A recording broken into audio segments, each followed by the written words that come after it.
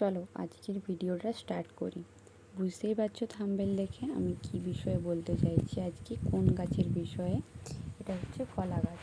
দেখছো আমার বাগানে প্রচুর কলা গাছ আছে, আর সেগুলোতে প্রচুর কলা ধরেছে, দেখতেই পাচ্ছ।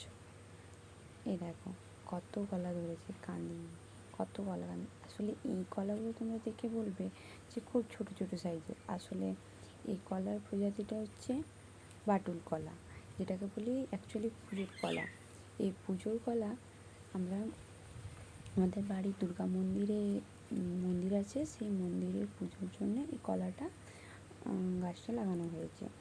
এই কলা গাছটাতে প্রচুর কলা ধরে এবং প্রত্যেকটা কান্দির ভালো থাকে, কোনো খারাপ হয় না। দেখো তোমাদেরকে বলছি, কলা গাছ যখন ফল দেয় এবং তার কাঁদিটা যখন ভারী হয়ে যায়, তখন তাদেরকে কীভাবে ঠেকিয়ে রাখবে। দেখো এভাবে দুটো বাঁশকে নেবে, দেখো আমি দেখাতে পারছি কিনা বুঝতে পারছি না। তো এরকম ক্রসভাবে দুটো বাঁশ নেবে এবং কলা গাছের সাথে দুটোকে কানেক্ট করবে, তবে কলা গাছের ঝড়ে বৃষ্টিতে কিছুতেই ক্ষতি হবে না। এইভাবেই আমরা প্রত্যেকটা কলা গাছে যেগুলোতে কাঁদি ধরিয়েছে, যেগুলোতে ফল হয়েছে, সেগুলোকে এইভাবেই আমরা রেখেছি, যাতে কলা গাছ সমেত কাঁদিটা নষ্ট না হয়ে যায়।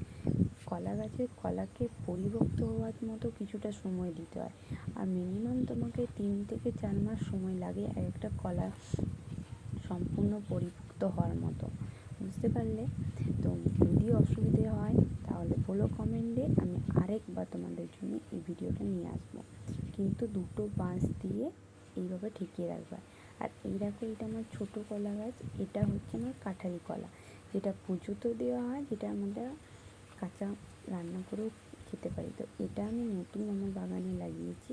তো এটার প্রজাতি হচ্ছে কাঁঠালি কলা, আর এটা আমি নার্সারি থেকে নিয়ে এসেছি। এটার দাম পড়েছে 120 টাকা। তো বুঝতে পারছো, কলা গাছ কিন্তু যত্ন নিতে হয়, কলা গাছ বিনা যত্নে হয় না।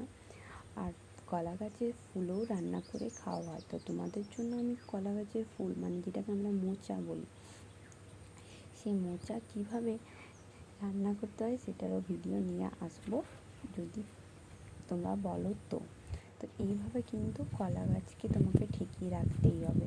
যদি তোমরা এইভাবে কলা গাছ না ঠেকিয়ে রাখো, তোমাদের প্রত্যেকটা কলা নষ্ট হয়ে যাবে। আর সময়ের আগে কিছুতেই তোমরা কলাগুলো কেটো না।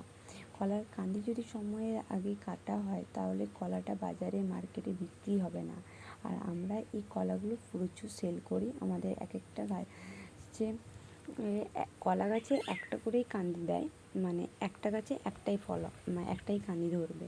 তো আমাদের প্রচুর কলা গাছ আছে বলে আমাদের অনেকগুলো কলা কাঁদি হয়, আমরা মার্কেটে প্রচুর দাম পাই।